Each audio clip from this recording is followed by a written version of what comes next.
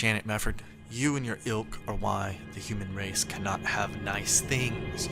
March 27, 2014, the People's Radio. The People's Radio is brought to you by the working class. The thoughts and opinions expressed on the People's Radio do not necessarily reflect the thoughts and opinions of the People's Radio, of the supporters of the People's Radio, or of anyone else. You have been warned. We currently have a mumps outbreak that started at Ohio State University.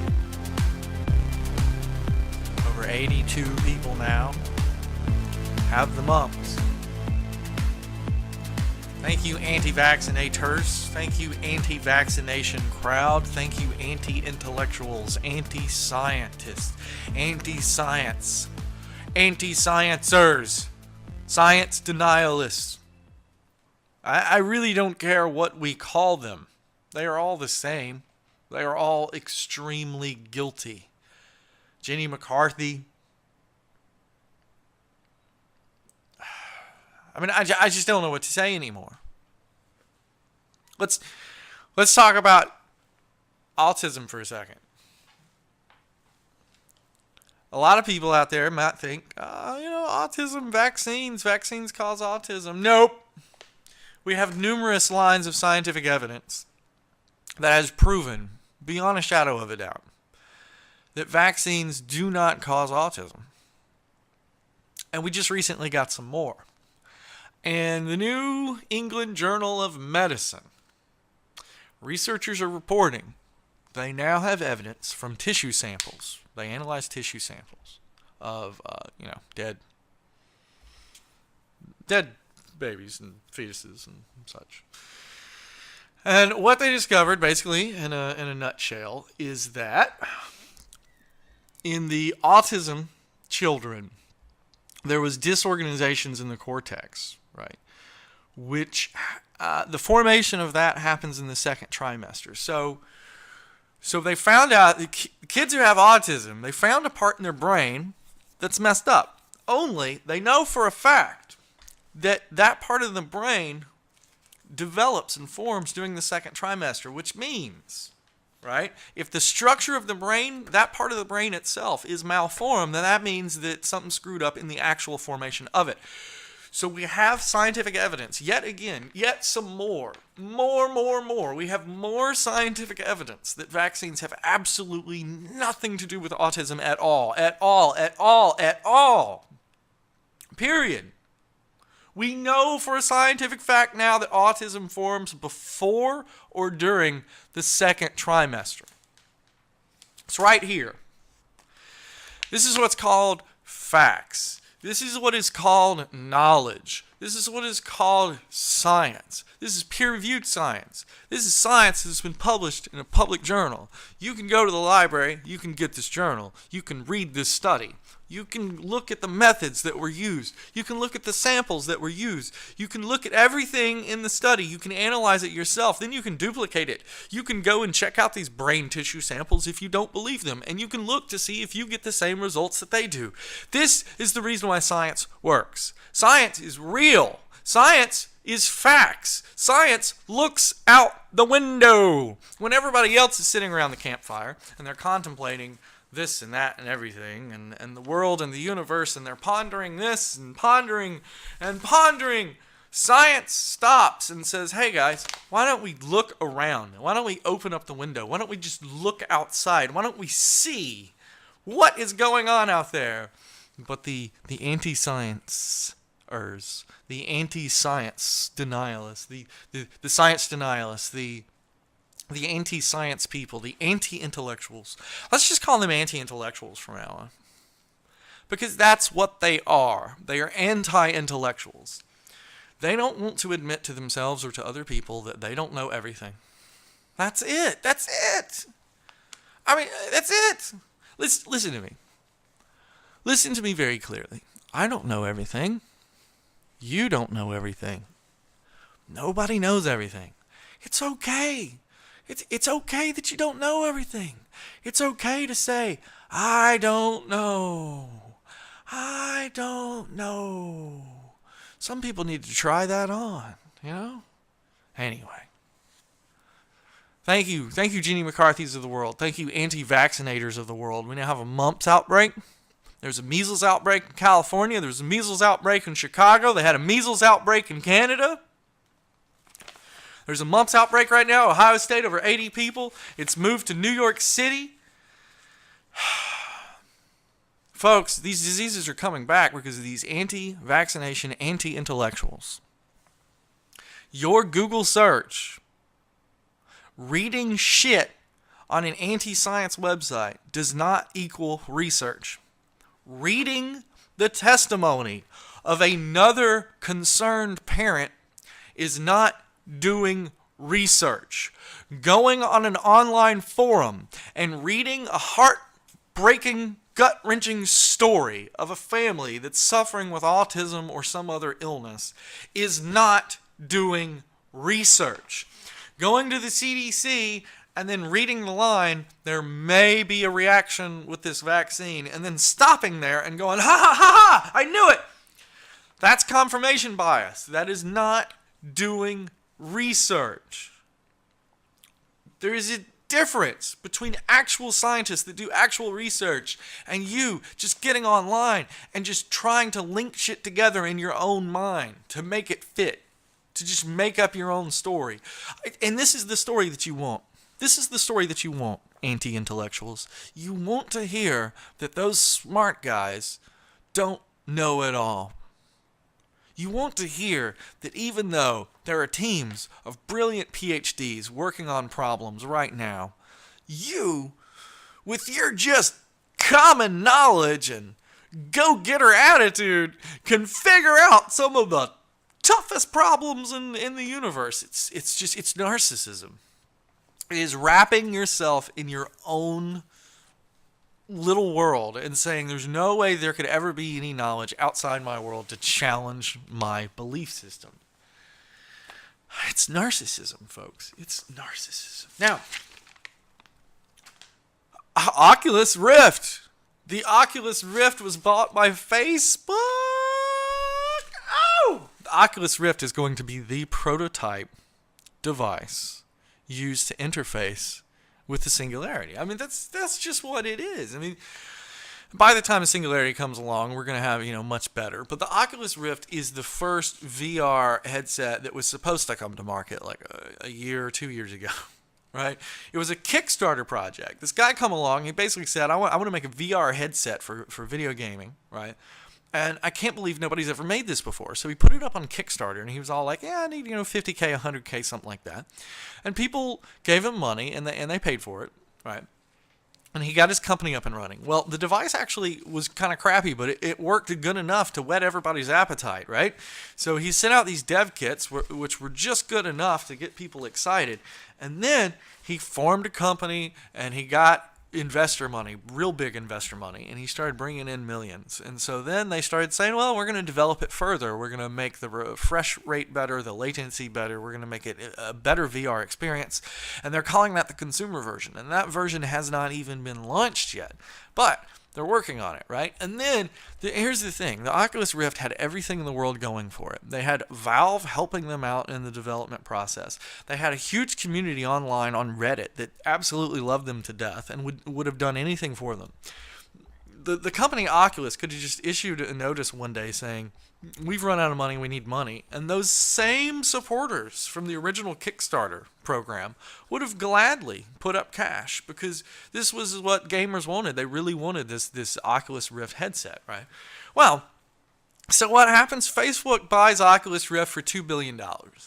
Mark Zuckerberg recently teamed up with Elon Musk, and they're trying to build the Singularity.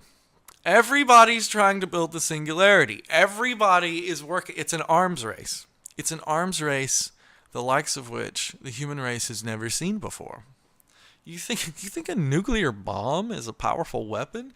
Wait until you get a machine that can outthink a human being. That, in and of itself, could be one hell of a powerful weapon, don't you think?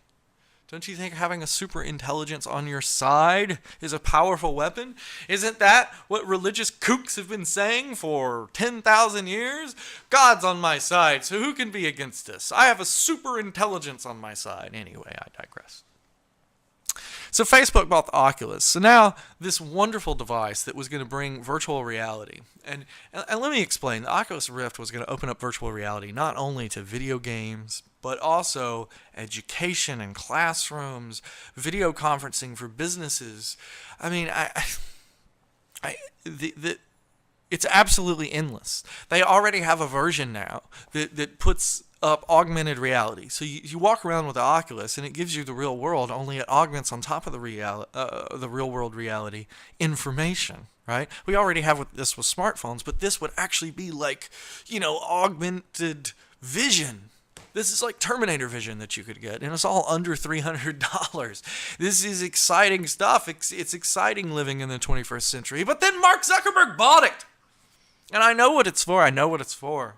Elon Musk is working on the Borg interface. Elon Musk is working on an interface so that human minds can link.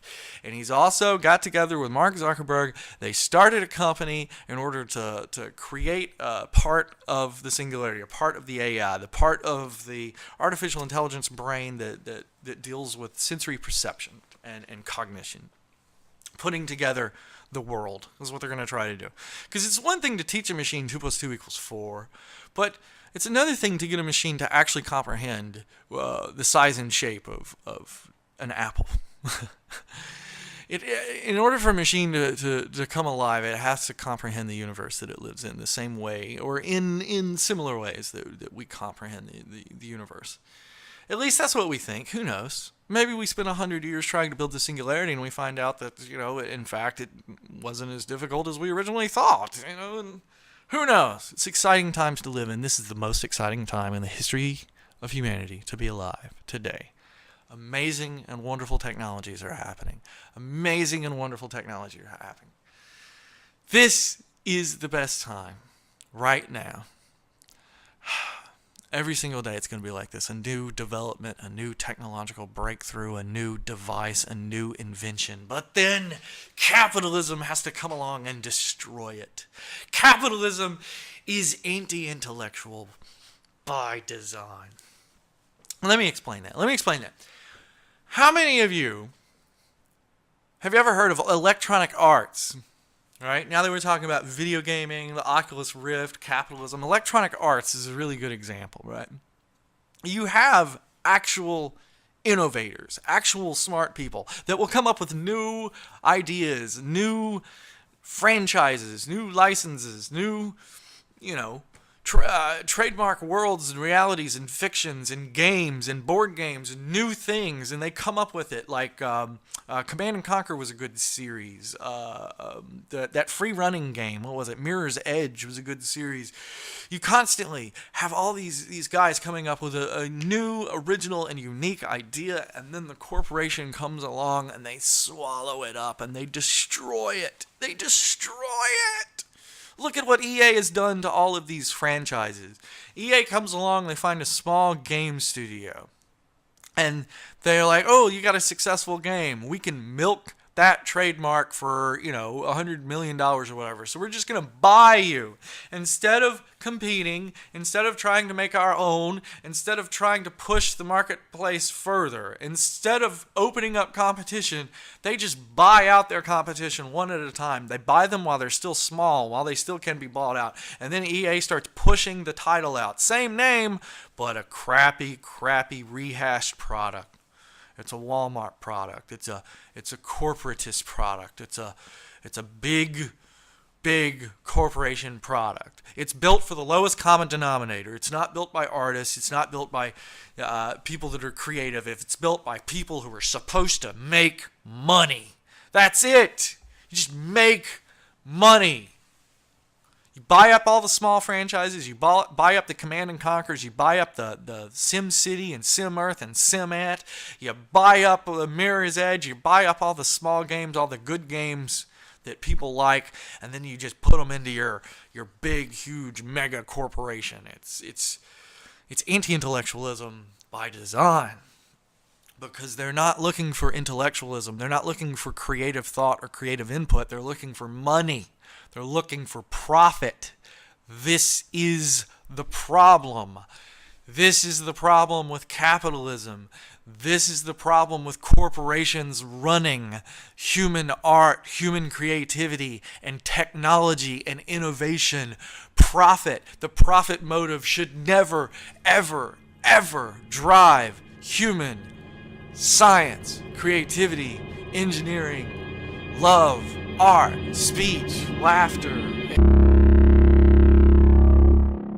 The cosmos is all that is, or ever was, or ever will be. Our contemplations of the cosmos stir us. There's a tingling in the spine, a catch in the voice, a faint sensation as if a distant memory of falling from a great height. We know we are approaching the grandest of mysteries.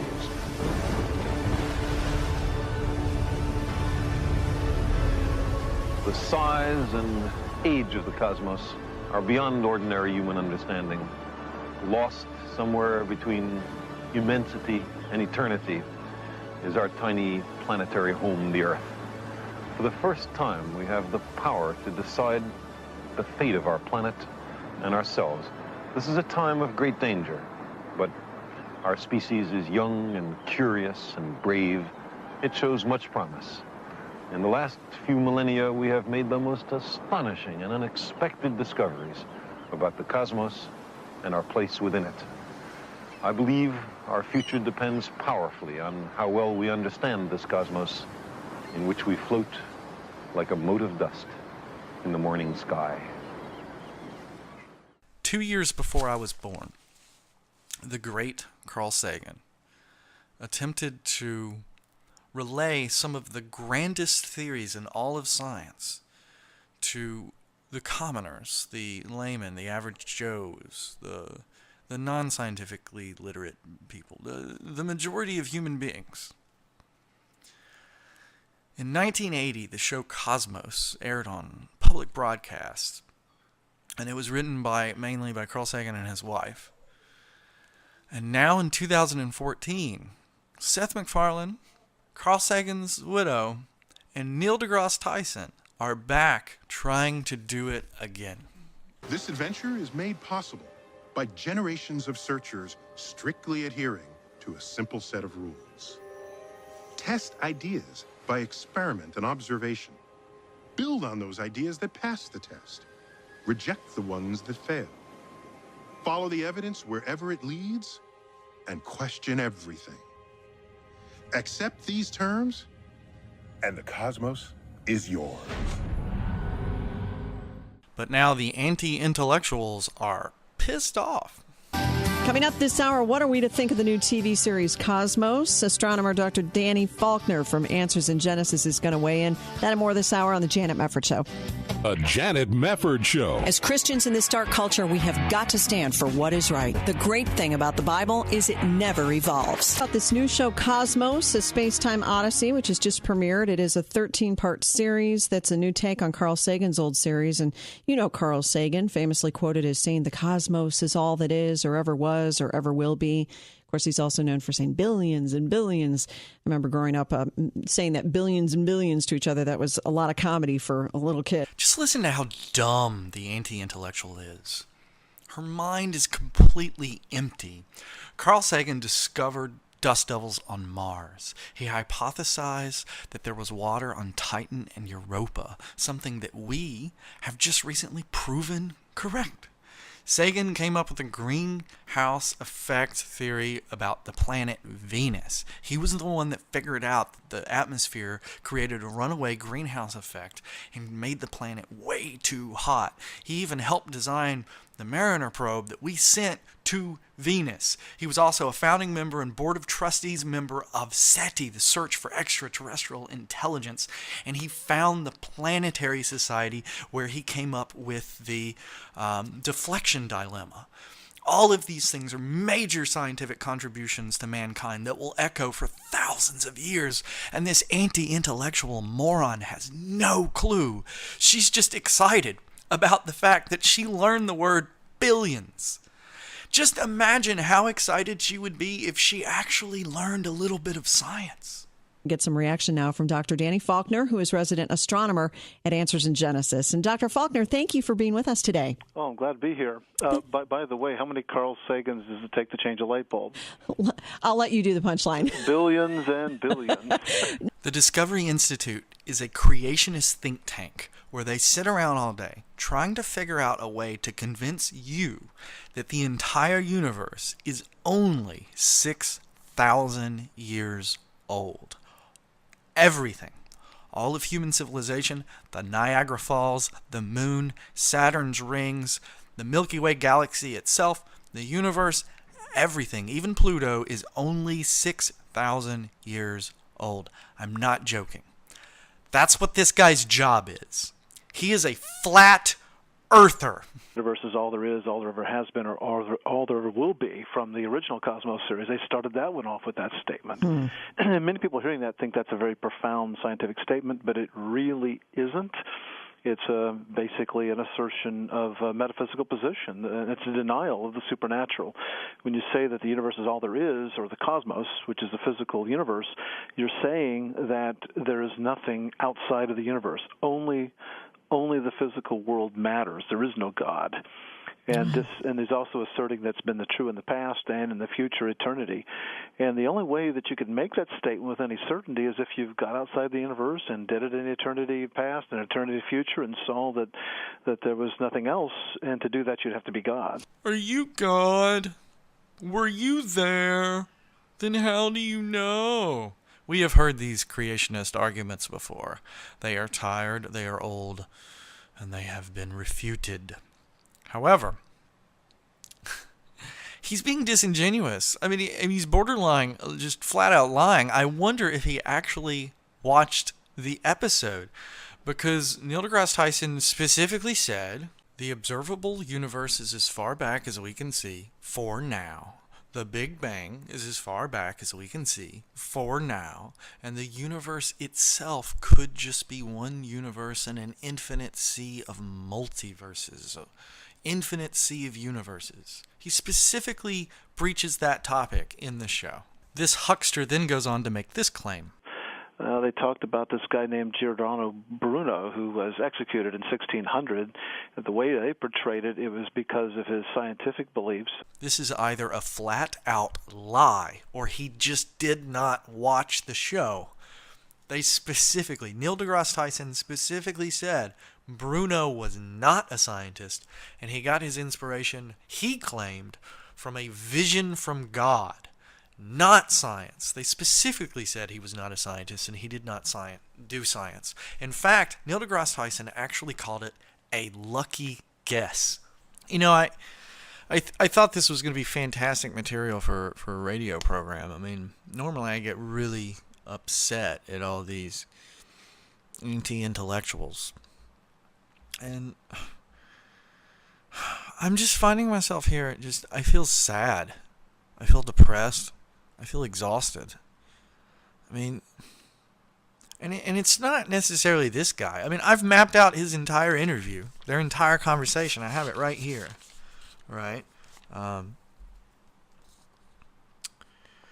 He claims that there's little evidence. This is 4 minutes, 39 seconds into the interview. He claims that there's little evidence for extrasolar planets. Let that sink in. We've found thousands of them so far, and counting. They're adding thousands and thousands of them like each month. We're going to have millions, literally millions of them cataloged within a few years.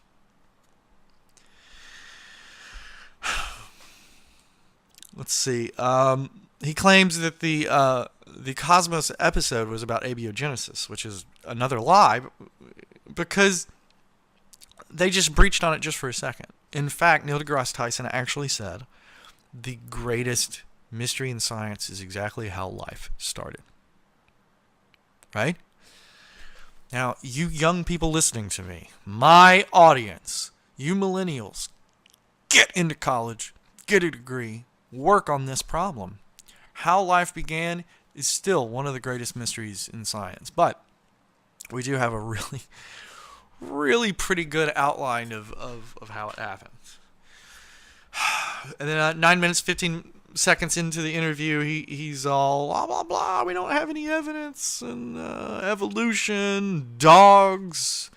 It's the same old claptrap that we've heard 100 million times from the Discovery Institute, from anti-intellectuals, from flat earthers, from 6,000-year-old earthers, young age creationists, young earth creationists, young universe creationists, whatever you want to call them. They are anti-intellectual. They are trying to convince you. They are trying to convince you that the entire universe and everything in it, all the stars, the light that goes from the Andromeda galaxy 100,000 light years away to your eye, is only 6,000 years old. I don't know if that's like making you angry, but it should. It should. It's a snake oil salesman. He's telling you, he is actually telling you, that the universe itself is younger than some trees we currently have alive today. Think about that. Think about that. I know you're not supposed to have dead silence on a radio program, right? But I think that takes a moment's reflection. This man makes a living. He makes a living.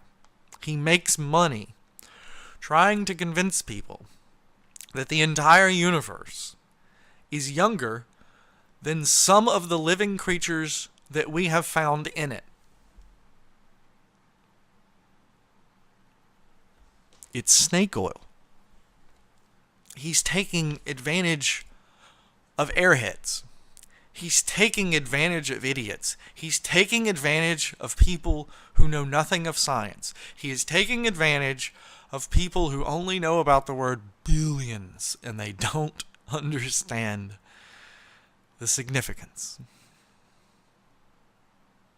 It makes me angry. It really makes me angry. But I don't know exactly what to do about it. I mean, what do I do? Do I keep playing clips? Do I keep going back to this man and his anti-intellectualism and his snake oil? Do I keep playing clips of his stupidity or intentional stupidity? What is it?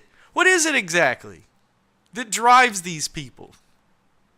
It's probably just a fear of death. He's scared that he's going to die.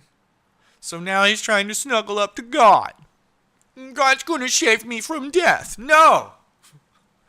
God does not save the African child from death, starvation, or disease. He will not save you. If there is a God, he is indifferent to the suffering of humanity. That much is known. It is indisputable. Read your Bible. God is the leading cause of death. I don't know what to do. I really don't know what to do. How do you stop anti-intellectualism? How do you stop this crusade against science? How do you stop this celebration of ignorance? How do you stop these fools from getting on the air and laughing about how little they know and how small their universe is and how small their God is? How do you stop it? There can be only one explanation. You encourage the little scientist in all of us. Everybody has a little scientist inside of them. It's that little child, that inner child. When you're born, and you start to grow up, and you learn language, and you start to say, why? But why? But why? But why? We have to encourage that. We have to encourage them to ask questions. But why? But why? But why? But why? And stop looking in a 2,000-year-old Bronze Age mythology book. But, you know, I'm just gonna drop it. I'm gonna drop the whole thing. Because this is a professional bullshit artist. It's a professional huckster, right? I mean, this guy peddles his religious garbage, his anti-intellectualism as a profession. He just tries to folks, 6,000 years old. You should be insulted. You should be insulted. But let's get back to this Janet Mefferd. I have my own bone to pick with her. I have my own beef. I have my own gripe with her.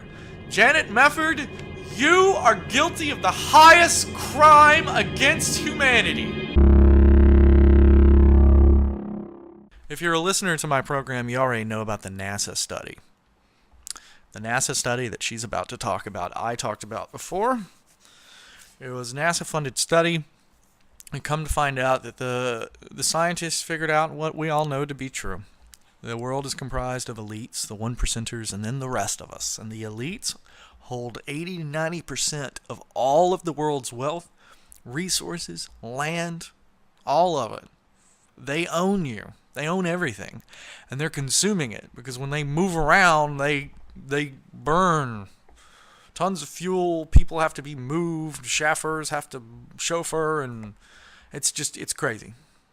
So NASA scientists came to the conclusion that, NASA-funded study came to the conclusion that this is unsustainable. That the Elysium, the 1%, the upper class, will continue burning through all of our resources until there's nothing left. And the only way that we can survive long term as a species, now listen to me. This is science we're talking about here. I'm not making a joke. The only way as a species that we survive long term, longer than the next 150 years, longer than the next 200 years, longer than the next 50 years probably. The only way that we survive long term is if we come up with a resource-based economy, a resource allocation-based economy. We have to have a central authority. We have to have a central allocation of resources. The resources need to be divided up amongst people. Wage inequality needs to be reduced. These are very simple things that we need to do. This is not the end of the world, but Janet Mefferd thinks it is. What has happened to NASA? I'll tell you what's happened to NASA. You anti-intellectual morons have cut back government funding and cut back scientific funding so much that it is a miracle of a semi-religious nature that NASA even still exists. We have such a storied history in the United States through NASA. And lately it's been Muslim outreach. So it brings me to this story today. NASA-funded study says that the way to save Western civilization from collapse is communism. Excuse me? It says if the United States wants to avoid falling like the Roman Empire, it must avoid overconsumption and distribute resources equally. This is from a study funded by NASA. It was published in the Ecological Economics Journal, and it says the fall of the Roman Empire and the equally advanced other empires, they name all these other empires, are all testimony to the fact that advanced, sophisticated, complex, and creative civilizations can be both fragile and impermanent. Two important features seem to appear across societies that have collapsed: the stretching of resources due to the strain placed on the ecological carrying capacity and the economic stratification of society into elites and masses. Uh-oh, she's not going to like this. Thank you, Karl Marx. What is this? I knew it. The NASA study uses a human and nature dynamical formula, whatever that is, as they say, to provide a general framework that allows carrying out thought experiments for the phenomenon of collapse and to test changes that would avoid it. In other words, the model only takes into account general characteristics of fallen civilizations and not actual specifics. So what did the study find?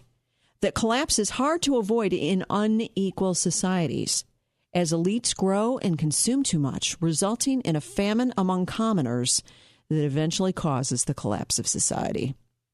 Limits on resources harm the working class, while the wealthy are largely insulated from the problem, meaning resources continue to be used without regard to the cost to society. For example, they say an increase in vehicle fuel efficiency technology tends to enable increased per capita vehicle miles driven, heavier cars, higher average speeds, which then negate the gains from the increased fuel efficiency. So the only way to avoid calamity is to adopt egalitarian methods of resource distribution. If resource consumption is limited and distributed equally. This is all sounding way too logical and sane for me. So I needed to know what exactly her problem with this is. And don't you worry, if you wait long enough, people who don't know anything will be sure to open their mouth and let you know. No, it's not about being the world leader in space exploration and discovery. No, that's just so 1968. No. The new NASA, the enlightened NASA is now funding studies that say, hey, we have a groovy new idea. How about the bourgeoisie end up coming out and rising up and making sure that everything is equitable? But wait, she doesn't stop there. She goes on to talk about the universal basic income. And even after she reads it, she doesn't understand it. What if you could receive a guaranteed basic yearly income with no strings attached? Didn't matter how much money you made now or in the future. Nobody would ask about your job status, how many kids you have. The check would arrive in the mailbox no matter what. Right there, she very clearly reads off the paper what UBI is, what universal basic income is. It is a check that you receive no matter what. So if you get a job, your job's check is just added to it. You still get your UBI check no matter what. If you make $100,000 a year, you still get your UBI check. If you are unemployed and you make nothing, you still get your UBI check. Sounds like a far-fetched idea, right? Wrong. All over the world, people are talking guaranteeing basic incomes for citizens as a viable policy. I see. Half of all Canadians want it. The Swiss have had a referendum on it. The American media is all over it. The New York Times considered basic income as an answer to an economy that leaves too many people behind. I see. So we're going to have equal income for every American. That'll solve everything. No, you just read it. How dumb are you? You just read it. You get the check no matter what. It is universal basic income. It is just your basic income. It is added to whatever income you make at your job. It is added to your wage. And you couldn't understand that. You could not understand that most simple and basic of concepts. We didn't have a problem in the Soviet Union of all the people were equal except for the Politburo and all the elites in the Soviet Union who were living like kings while everybody else was squeezed 12 people into a one-bedroom apartment. You mean like right now where 67 people on planet Earth own more money than the bottom 3.5 billion human beings? You mean like that kind of oligarchy? Can you ignore the history of communism when you talk about communism? Well, you just did. You were talking about an oligarchy in the Soviet Union, and you were actually complaining that the people were not equal, that there was an upper class and then everybody else, and you were complaining about that. And then you said the problem is communism? How dumb are you? This utopian ideal. Everybody deserves it. In fact, everybody doesn't deserve it. She is the one with the Christian radio program, and she is saying poor people do not deserve anything. You know what you deserve? You deserve the fruit of your labor. That right there is exactly, verbatim, word for word, the argument for socialism. When you go back to the Christian understanding, the work ethic, the Protestant work ethic that has done so much to build this country into the great country that it has been. That's amazing. I thought America was built by a variety of cultures, a variety of people from different geopolitical persuasions and locations all around the globe, all came together in a melting pot of society that was both secular and free. But apparently, we never had slaves. We never had Italian inventors. We never had Jewish shoe workers. We never had any of that. We only had Christian Protestant workers. How do you attain prosperity if people are getting money for nothing? That is the million-dollar question. How in the world is the common man supposed to ever get ahead in life when 80% of his wages is taken away by the 1%? How is 3.6 billion people on this planet supposed to get by when all of their wages are being funneled to 67 people so that they can have yachts and helicopters? What is that about? I mean, can we please leave economics to people who understand economics? You mean like scientists that NASA would pay to do a long-term economic study? Are you kidding me? Think. You were saying words out loud. You were saying them into a microphone. They are being recorded. computers remember everything. 500 years from now, people are going to hear just how dumb you are. People are going to hear how you would read things on paper and not even comprehend what you were reading. And then you had the nerve to start pushing your own bullshit, political, theological agenda. It's sickening. It's sickening. It's the blind leading the blind. And the Christians know what I mean when I say the blind leading the blind. It's anti-intellectuals leading anti-intellectuals. They're in the dark and they don't know because they refuse to light a candle. They don't even want to look around. They don't want to know. They don't want to know. They want to stay in their little world. You know, I get hammered because I talk bad about the baby boomers and what I call them the Reaganites, the Reagan supporters, right? They come from a different generation.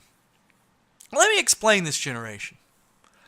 The baby boomers were given everything on a silver platter. They had their nice little suburban dream home. They had their nice job where they worked a wage and they were able to afford a house and a car. They got to live the American dream. And they took it all. They took every last bit of it. They sucked it all up and they didn't say thank you to anybody. They just said, I deserve it because I'm an American. And now they're starting to get a little older. And the demographics in America are starting to shift a little bit. And now some non-white people are starting to get government assistance. Oh, they can't have that. They can't have that. Oh, it's burning them up. The idea, just the thought that her tax money could possibly one day go to a minority is killing her. It's driving her mad. She's like, communism, communism, communism. Oh my God, communism. Communism! Did I play the clip where she called NASA Obama's, what was it? I've got it here. Hold on. She said that NASA was just Obama's Muslim outreach program and that this study was just the return of Karl Marx. Oh my God! That is the sound of a blood vessel popping in my head. Because I don't know what else to do. I cannot contain the stupidity. I can't process. I try to process the stupidity. It goes in my ears, and then it hits my brain, and then my brain starts to try to calculate, and then there's this like seizure that happens. I just kind of spasm a little bit because I refuse to believe that there are human beings this dumb. Because it's absolutely true. Humans are not this dumb. They're not this dumb. They're not born this way. They're not born like this. Human beings are born natural scientists. They're naturally curious. They want to know. They want to learn things, right? This woman has cut herself off from the rest of the world. She lives in her own little bubble. She lives in her own little bubble of information. And anything that has to do with equality is communism. And anything that has to do with Democrats or Obama or liberalism or science is evil. And it's of the devil. And you got to get it out of there because it's not in the Bible. So we got to get it out of church because it's not part of my very small, tiny belief system. Your God is too small. Your God is too small. Your belief system is too small. It's too tiny. Just think about this for a second. Her belief system, her entire belief system, everything that she believes in, existence itself, her cosmos is 6,000 years old. 6,000 years old. Think about that. I mean, I live in Florida. I'm pretty sure we've got some gators down here that are older than that. It's just preposterous. Her universe, her life, her mind is so small and it's so tiny. And I'm asking you, the listener, only one thing: to free yourself and to free your mind. Close your eyes right now. Close your eyes right now. And think. Think of something. Think of something new. Right now. Think of something new. Think of something that nobody has ever thought of before. and your mind. Think. I choose to think. It is what separates me from the animals. It is what makes me a human being. I choose to use my mental faculties. I choose to use my intelligence. I want to think. I want to think. I want to learn. I want to know. That is the purpose of existence itself. Because if you don't even know that you're existing, what's the point? What is the point? If you are not even aware that you are existing, what's the point to existence? She's not even aware. Her universe is only 6,000 years old. She's not even aware of what goes on in the real world. She's not even aware that it takes starlight millions of years to reach your eye. So when you look up in the night sky, you are looking at a time machine. One final thing to show you just how sick and twisted this lady's mind is. Just how sick and twisted Janet Mefferd is. Here she is comparing your wages to shoplifting. No out of context BS. She actually compares the working man in America wanting a more decent and fair minimum wage to shoplifting. Of the 1,200 business and human resources professionals in this survey, 19% said they would fire workers, 39% said they would reduce hiring, 51% said they would raise prices on their services to make up the salary costs. So it's going to bite you somewhere. You can't raise wages on these businesses and then not expect them to make it up in other areas. And who ends up paying the price? You do. By not being able to get a job, by getting your hours cut if you do have a job, and by paying higher prices. This is one of the things, for example, when people talk about shoplifting, this is a perfect example. What are you supposed to say to that? I mean, she's telling the American worker, if you make more, you're going to make less. What the hell is wrong with her? I'll tell you. That's what I'm here for. That's what the People's Radio is here for. To tell you, the listener, what's really going on. The non-corporate media message. The actual message of reality. The empirical reality of the cosmos. This is about the white majority. This is about the fact that Little Miss Debbie Sue Homemaker is scared and upset that a black man working at Burger King might make a decent living. That a Hispanic man who swam across the border to get into this great land and somehow found a job, she's scared to death that he will make a decent living. You know why? Because she knows the truth. Any economic system is a closed system. If you take from one area, you apply to another. She knows that if you take all of her money and distribute it amongst the lesser individuals, she will have less money. She gets this concept. She understands this concept. She is proving every time she opens her mouth up, she understands this basic concept. The economy is a closed system. There is only so much money in circulation. If you take money from somebody, you have to give it to somebody else. Now, I ask you as a human being, what is more fair? To take from every single poor person in order to give to the tiny, elite, rich 67 people on planet Earth? To take from 4 billion to give to less than 50?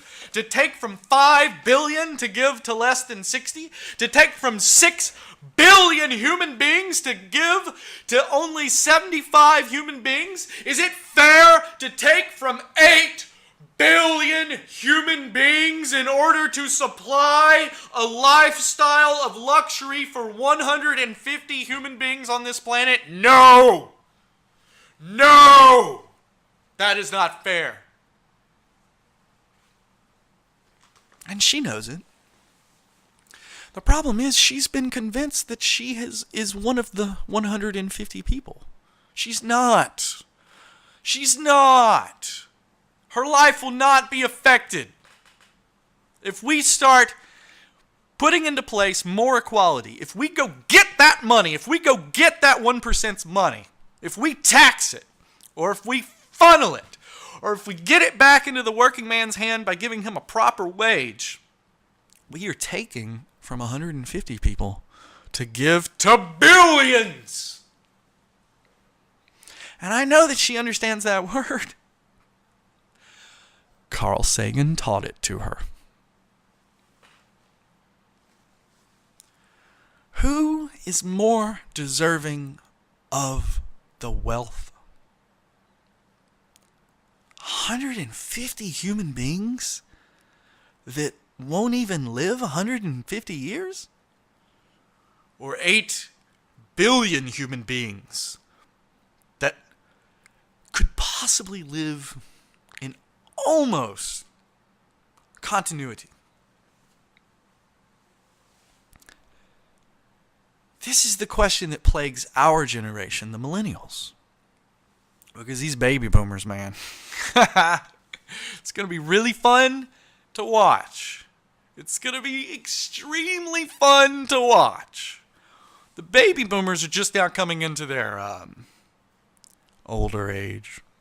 Their bodies are starting to not work right. They're starting to need medical assistance, and that mortality, that tingling sense up your spine that the universe actually does not revolve around you, is starting to creep up into their mind. And you know what's helping it? The fact that the white majority pretty much no longer exists.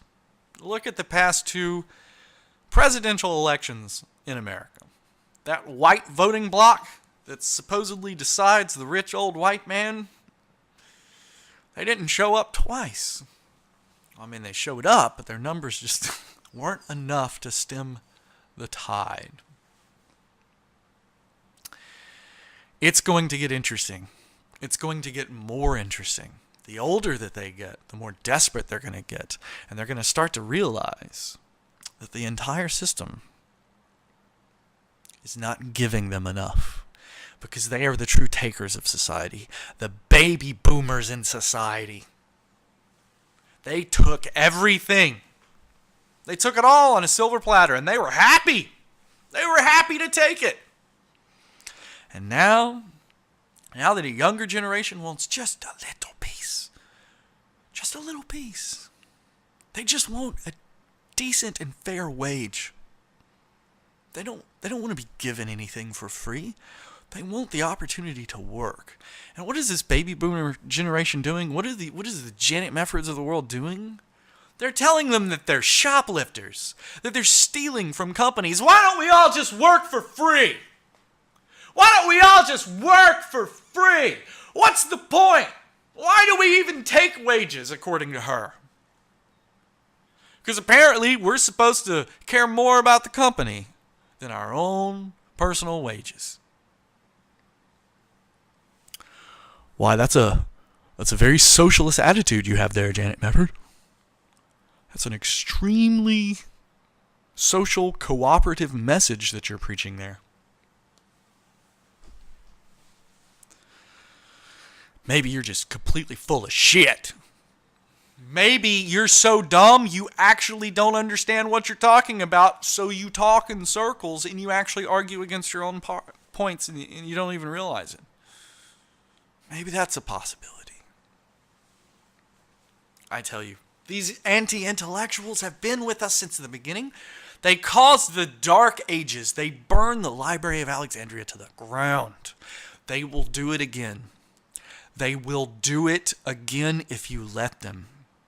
Don't think for a second, just because we have aircraft carriers, that we have surpassed the Dark Ages. We've surpassed the point of no return, that we have surpassed that point at which we cannot be sent back to the Dark Ages. We can!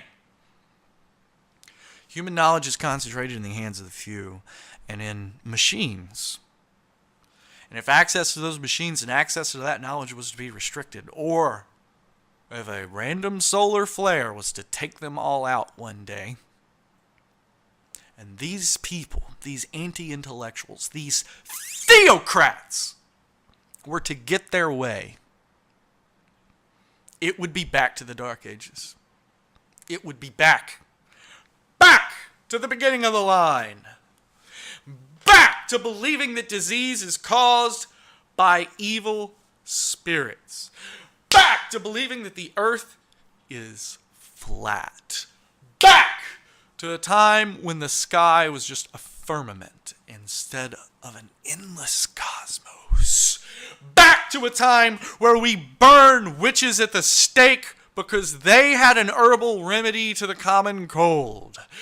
Back to more and more anti-education, anti-knowledge, anti-progress, anti-human messages. And never ever mistake it. The Christian message is an anti-human message. They teach that humans are broken. Humans need to be fixed. Humans are actually born not perfect. Something wrong with them. They need to be fixed. That's bullshit.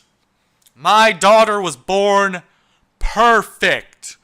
A perfect human scientist. A perfect inquisitive mind. She's curious and she wants to know about everything. And that's my job as her father, to teach her, to encourage that thirst for knowledge, to encourage her to question everything, even what I teach her. But the Janet Meffords of the world, they have a very old book. One book.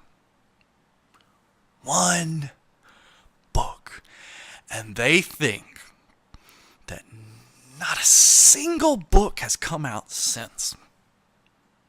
They believe that that is the summation of all human knowledge. Really? Really? How come the Bible didn't tell us about vaccinations? How come the Bible didn't tell us about blood transfusions? How come the Bible did not tell us that disease was caused by germs? If God cared about us, why didn't He give us any scientific knowledge? Why didn't He impart upon us any sort of scientific knowledge? Anything that would make our lives better? Why? Well, some may argue that Jesus came to preach a more important message. A message of compassion and love for all humanity. That's interesting. It's very, very interesting. Because I would think that if you're preaching love and compassion for all humanity, you would be for a decent and fair wage. You would be for welfare. You would be for your grandmother getting meal assistance, rent assistance. You would be for little children living in ghettos getting school lunches. And you would be for taxing rich people so that their amount of wealth does not disproportionately take away from the rest of us. I told you earlier about the tipping point. There is a tipping point. In order to become wealthy, you only have to do one thing. Just one thing. Amass a pile of money large enough that when you invest it, its interest, its gains, earns as much or more than your current income. That's all you have to do. Once you've done that, you are wealthy for life. All you have to do is just add a little bit more to it so that your investment, a little bit more is reinvested in every single cycle. So if it's like a 2-year bond, every 2 years a little bit more goes into it so that you stay up with inflation. Because economies are going to inflate. That's what they do. They inflate or they stagnate.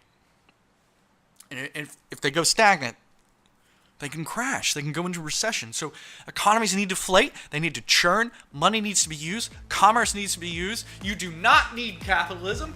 Never mistake capitalism for commerce. Commerce is a small business. Commerce is a man who starts a business, a plumbing business, and he wants to be a good plumber. That's commerce. That's business. There's nothing wrong with that.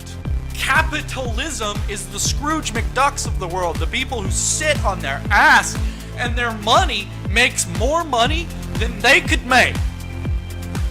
Their money makes them more money than they could actually physically go out and get a job and make.